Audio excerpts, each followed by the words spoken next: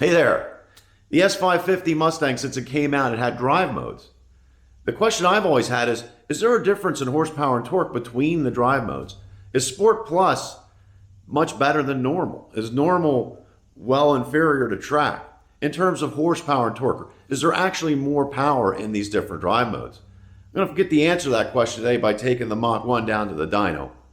We're going to run this thing, and all things will be equal. It's going to be the same dyno. It'll be one pull after the other. I need to drive there, so the engine's going to be warm when I arrive. But I'm anxious to see if there's a difference in the curves. Is the horsepower going to be introduced earlier, say in sport? Or is this all just down to throttle response and transmission settings? On this episode of Tony's Fords and Mustangs, let's find out what's actually going on here.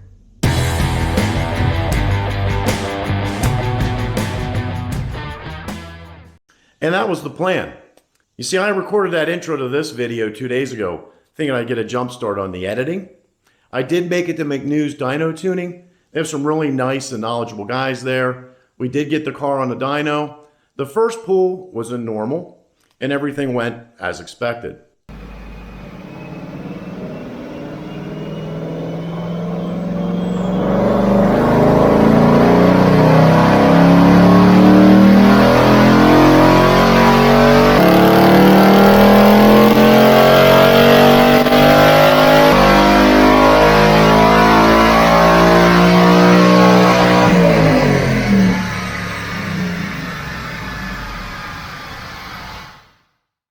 The car pulled 392 horsepower. That seemed to be in line with a 470 horsepower engine.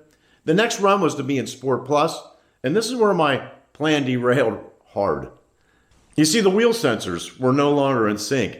The back wheels were going 150 miles an hour. The front wheels were locked down and stationary. And when this happens, the body controller thinks something's gone horribly wrong. It disables all the drive modes. And it throws an ABS code just for, fun. I still had 2 pulls left that I had paid for, but to get the information I needed would have required the guys to unhook the car from the dyno, drive it around for a little bit to get the wheels back in sync, then re-hook up the car, put it into Sport Plus, and then hope that the body controller didn't throw the same codes and just kick it back into normal. I didn't want to waste your time like that. Fortunately, thanks to HP Tuner software, I didn't need to. HP Tuner software allowed us to look into the drive modes, and the only thing that changed regarding the engine parameters between normal, Sport Plus / track, and I'll get to why they're grouped together in a second, and wet snow modes was the pedal translation versus pedal output. The horsepower of the engine is the horsepower of the engine. None of the ECU settings are going to change between the modes. You are looking at a chart of the pedal position versus output in normal mode. You can see that the car, while in normal mode, is used as a baseline. Now here it is in wet snow, and you can see the percentage of output, especially at the low end, where you initially engage the throttle, is almost half of what it is in normal operation. The thinking here is that you're less likely to break traction. You really don't get full pedal until the car is almost to the floor. In contrast, let's look at Sport Plus / track. By the way, it's identical, and that's why they're grouped together. Once you're at half pedal, you're getting much more pedal than you would in normal, making the car seem to come alive and be more powerful. At the end of the day, this just isn't the case. When you're at 100% to the floor in any of the modes, you're getting 100% of what the car can deliver. Now, it's true that levels of traction control, steering input, dampening levels, all those things are changed within the drive modes. But when it comes down to engine horsepower, 100% is 100%. You get that in any of the modes, even wet snow, which is kind of a bummer. The car I owned prior to this one was a 2013 Boss 302. It came with 2 keys. I had a silver key and I had a red key. That was essentially 2 separate tunes. The red key, when inserted, altered over 200 different engine parameters. This increased low-end torque tremendously. It's a shame the drive modes aren't something similar, but sadly, they're not. We did do the 2 additional pulls on the car.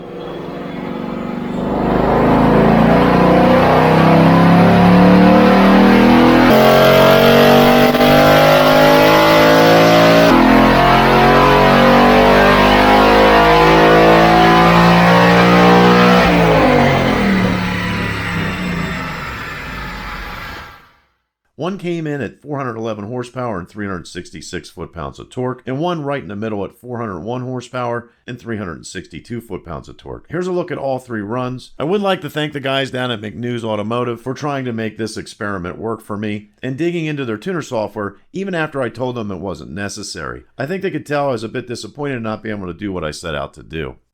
So the only way I'm going to have something similar to what I had in my Boss 302 is to pick up a SCT unit, have a custom tune loaded on there that can be loaded onto the car and taken off. To that end, I have an appointment with one of the best tuners in the area. Also, I'm going to request that one of the runs start out, and probably the first run, in Sport, Plus, or Track mode, just to confirm what I've learned today. I have a feeling it's going to default back to normal and throw a bunch of codes. So be it, that's how it goes. I know what a lot of you are thinking out there. Why not throw some boost on this car? Well, I want to keep on the path of reliability and maybe just a bit more performance.